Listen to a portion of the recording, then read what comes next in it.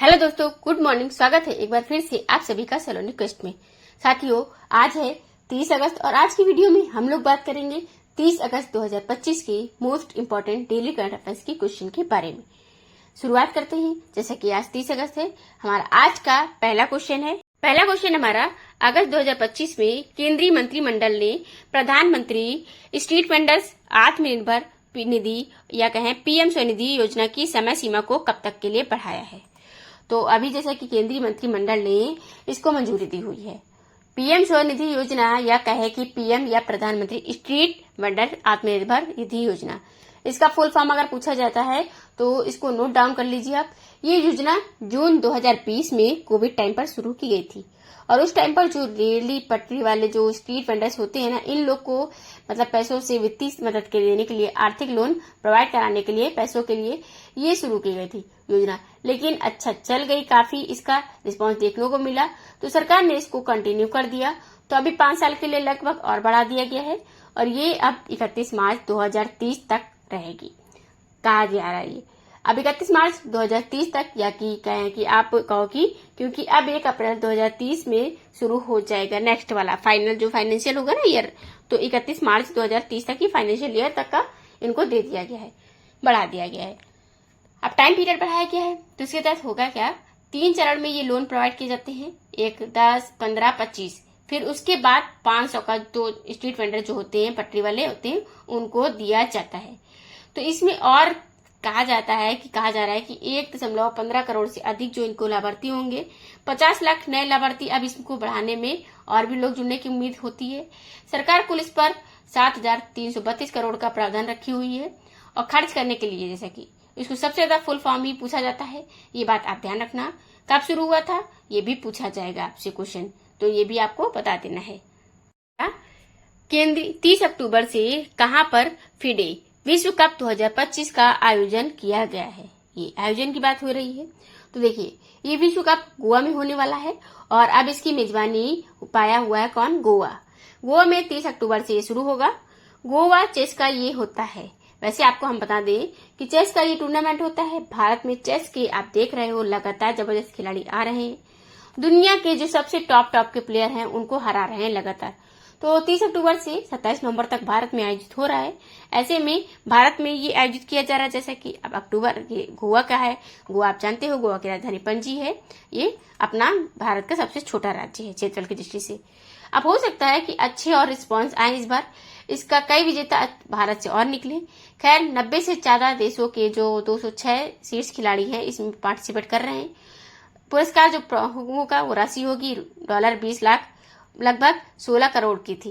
गोवा में होगा ये अगला, जैसे कि ये वाला इस बार जो हो रहा है 2025 में फिडे विश्व कप। अगला क्वेश्चन है, हाल ही में इंगा रुगियेने को किस देश का प्रधानमंत्री चुना गया। तो इंगा रुगियेने इनको प्रधानमंत्री चुना गया है, किस देश का, तो ये है लिथुआनिया का प्राइम मिनिस्टर इनको चुना गया है। ये है इंगा रूनी नाम पर इनके मतलब जाइए, क्योंकि देखिए ये लिथुआ की एक यूरोपीय देश है लिथुआनिया। ये एक प्राइम मिनिस्टर बनी हुई है अभी। ये सामाजिक कार्यकर्ता थी, मजदूर यूनियन की अध्यक्ष हुआ करती थी।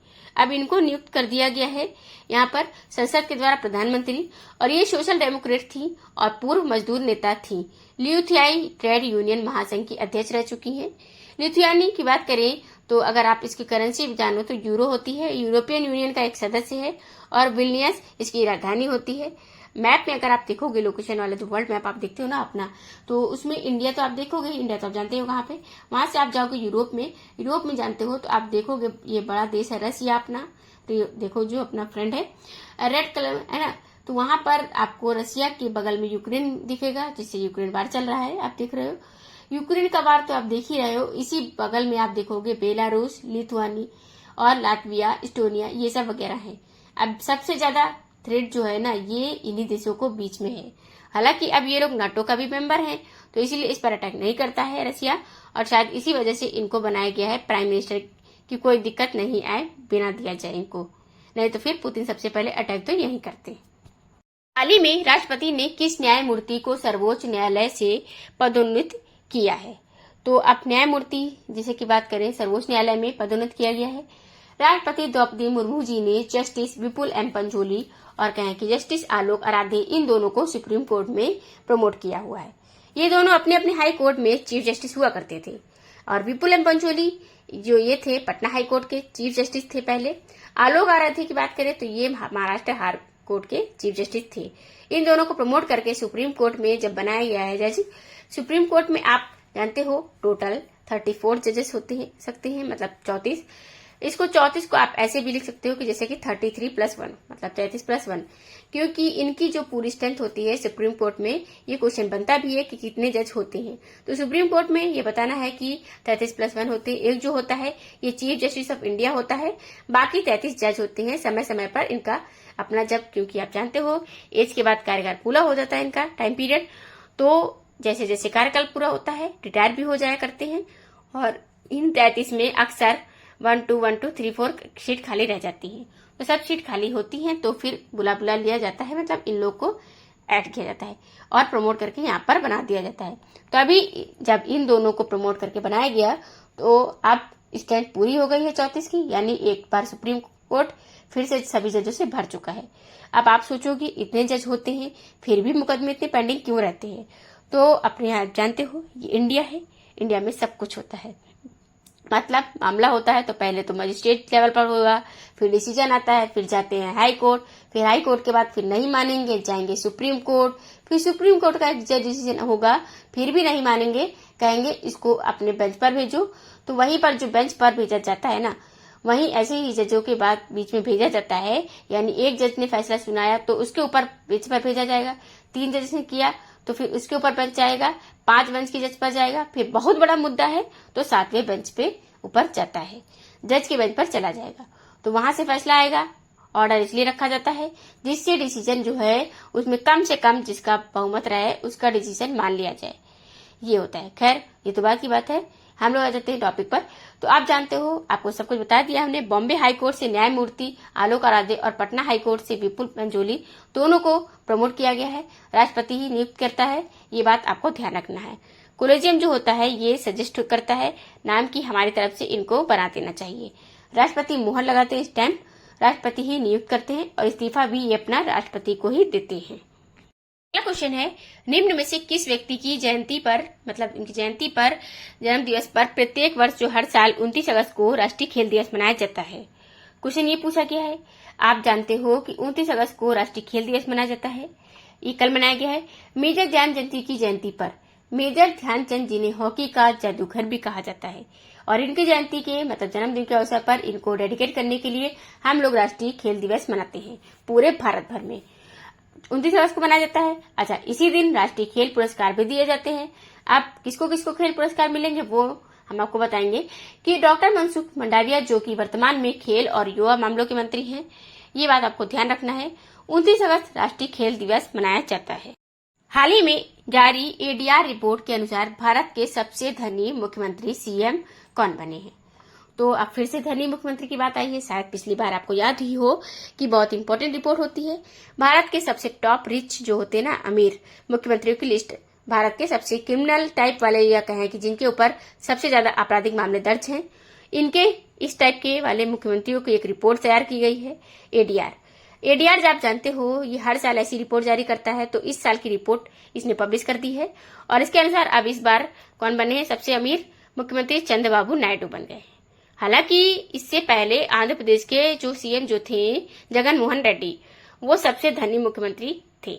आंध्र प्रदेश की राजधानी आप जानते हो अमरावती पहले थी, ठीक है, अभी भी है। तो जैसे कि अब धनी वही शायद मुख्यमंत्री बनता है। खैर चंद्रबाबू नायडू उनसे पहले ये मुख्यमंत्री हुआ करते थे, तब ये सबसे धनी हुआ करते थे, और अभी वर्तमान में भी यही सबसे धनी है।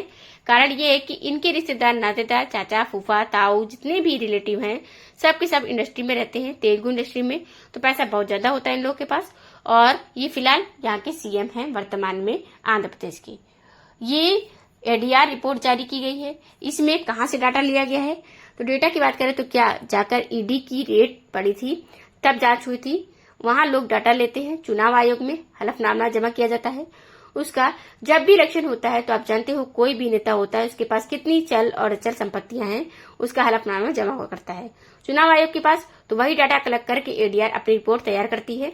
उसमें ये भी बताया जाता है कि किसके ऊपर कितने आपराधिक मामले दर्ज हुए हैं और उसके बाद किसके पास कितनी संपत्तियां हैं। तो वही दोनों रिपोर्ट ये जारी करता है। तो सबसे ज्यादा धनी मुख्यमंत्री कौन है? आंध्र प्रदेश के चंद्रबाबू नायडू। संपत्ति कितनी है इनकी अगर बात करें तो रुपए 933 करोड़। पेमा खांडू दूसरे पर है, अरुणाचल प्रदेश के सीएम है, जो कि रुपए 32 करोड़ रुपए की संपत्ति है। आप देख रहे हो इनसे 3 गुना ज्यादा है। तीसरे पर सिद्धारमैया है, कर्नाटक के सीएम है, 51 करोड़ रुपए की संपत्ति इनके पास। अच्छा, सबसे ज्यादा अगर बात करें तो इसमें मामले में वो कौन से मुख्यमंत्री हैं? तो तेलंगाना के मुख्यमंत्री रेवंत रेड्डी। तो association for democratic reforms, ADR जिसे कहते हैं, उसके द्वारा ये जारी किया गया है। इसमें कहा गया है कि वर्तमान में राज्य और केंद्र शासित प्रदेश मिलाकर के वर्तमान में 30 मुख्यमंत्रियों ने 12 मुख्यमंत्री यानी लगभग 40% के खिलाफ आपराधिक मामले दर्ज हुए। अगला क्वेश्चन है, कहां पर आयोजित होने वाले अभ्यास ब्राइट स्टार 2025 में भाग लेने के लिए भारत ने 700 सैनिक भेजे हैं? तो पार्टिसिपेट करने के लिए भारत ने 700 सैनिक भेजे हैं। कहां पर? तो एक्सरसाइज ब्राइट स्टार ये एक मल्टीनेशनल एक्सरसाइज है, बहुराष्ट्रीय अभ्यास है। जैसा कि तो इजिप्ट में हो रहा है, मिस्र में आयोजित हो रहा है ये। इसमें शामिल होने वाले के लिए भारतीय सेनाओं ने 700 जैसा कि अपने भेजे हैं। अच्छा, ये ट्राई सर्विस एक्सरसाइज है। जब ट्राई सर्विस एक्सरसाइज कहा जाए तो इसका मतलब होता है उसमें जो भारतीय नौसेना हुई होगी, मतलब भारत की नहीं, जैसे जिस भी देश की भी हो सके उसकी नेवी भी होगी, उसकी आर्मी भी होगी यानी थल सेना भी होगी, एयरफोर्स भी होगी यानी कि वायुसेना भी होगी। तो ऐसे में ट्राई सर्विस एक्सरसाइज है। तो इसमें भारत की तरफ से जो भारतीय नौसेना, वायुसेना और आर्मी के जवान गए हुए हैं। मल्टीनेशनल एक्सरसाइज है और बहुत सारे देश इसमें शामिल हो रहे हैं। शुरुआत इसकी अमेरिका से मिस्र के बीच में हुई थी सबसे पहले 1980 में, जब ये शुरू हुआ। इजिप्ट में और यूएसए के केवल 2 ही देश इसमें होते थे, लेकिन फिर धीरे धीरे क्या हुआ कि देश जुड़ते गए और आज के टाइम पर मध्य पूर्व में और उत्तर अफ्रीका क्षेत्र को ये सबसे बड़ा जैसा कि कहें मल्टीनेशनल एक्सरसाइज बन गया है। तो ब्राइट स्टार कहाँ हो रहा है? इजिप्ट में 28 अगस्त से 10 सितंबर तक चलेगा ये। अगला है, हाल ही में स्पेसएक्स ने अपना कौन सा सफल स्टारशिप परीक्षण अब पूरा किया? तो स्पेसएक्स की बात करें, इसने अपना सफल तरीके से स्टारशिप परीक्षण कर लिया है। 10वीं बार इन्होंने अपना सक्सेसफुल स्टारशिप परीक्षण किया हुआ है। देखो, कहते हैं ना कि कोशिश करने वालों की कभी हार नहीं होती है, और ऐसे लोग जो मतलब बने ही हैं पूरे जैसे कि चेंज लाने के लिए, वो लोग अपनी कोशिश करे जा रहे हैं, बंद नहीं कर रहे हैं। तो फिर क्या मतलब, देखिए कुछ लोग क्या होते हैं, कुछ ट्राई करते हैं कुछ टाइम तक, फिर उनको अगर सफलता नहीं मिली होती है तो वो बैठ जाते हैं। लेकिन अगर इन्होंने भी ऐसा सोचा होता कि 3-4 पर कि हमें नहीं करना है, हमारे सक्सेस नहीं हो रहा, तो क्या आज ये कर पाते? इसीलिए कहा जाता है कोशिश करते रहो, सफलता मिलेगी जरूर। तो देखिए, एलन मस्क जो है ना, ये अद्भुत है। चाहे जो हो, मतलब बात करें तो बाकी कंट्रोवर्सी हो या जो भी हो, सब अलग साइड रख दो, लेकिन माइंडसेट और रिवोल्यूशन लाने का जो तरीका है ना, वो बिल्कुल अद्भुत है इनका, अलग सा है बिल्कुल। ऐसा काम यही कर सकते हैं। और कई मतलब आप कहें कि सोचो कि आप यहाँ ऐसे प्रोजेक्ट पर ये काम करते हैं जो पूरा रिवोल्यूशन कहें या क्रांति सलाह देता है, जैसा कि ठीक है चेंज में लाता है। स्टारशिप ये मिशन ना सबसे अहम क्यों है जानते हो? क्योंकि ये रीयूजुअल रॉकेट मिशन है एक प्रकार का, और ये जा करके चंद्रमा पर या आगे वाले दिनों में मंगल ग्रह पर, ये मतलब जो अन्य उपग्रहों पर रहने की जो मानव की सोच है उसको ये साकार करेगा। अब ये अब तक के इतिहास का, अब तक की दुनिया में ये इकलौता एक तरीके से सबसे बड़ा, सबसे हैवी रॉकेट है स्टारशिप। ये लेके जाएगा मनुष्यों को, मतलब जो आदमी होगी यहाँ के मनुष्य, वो फिर वापस लेकर के भी आएगा।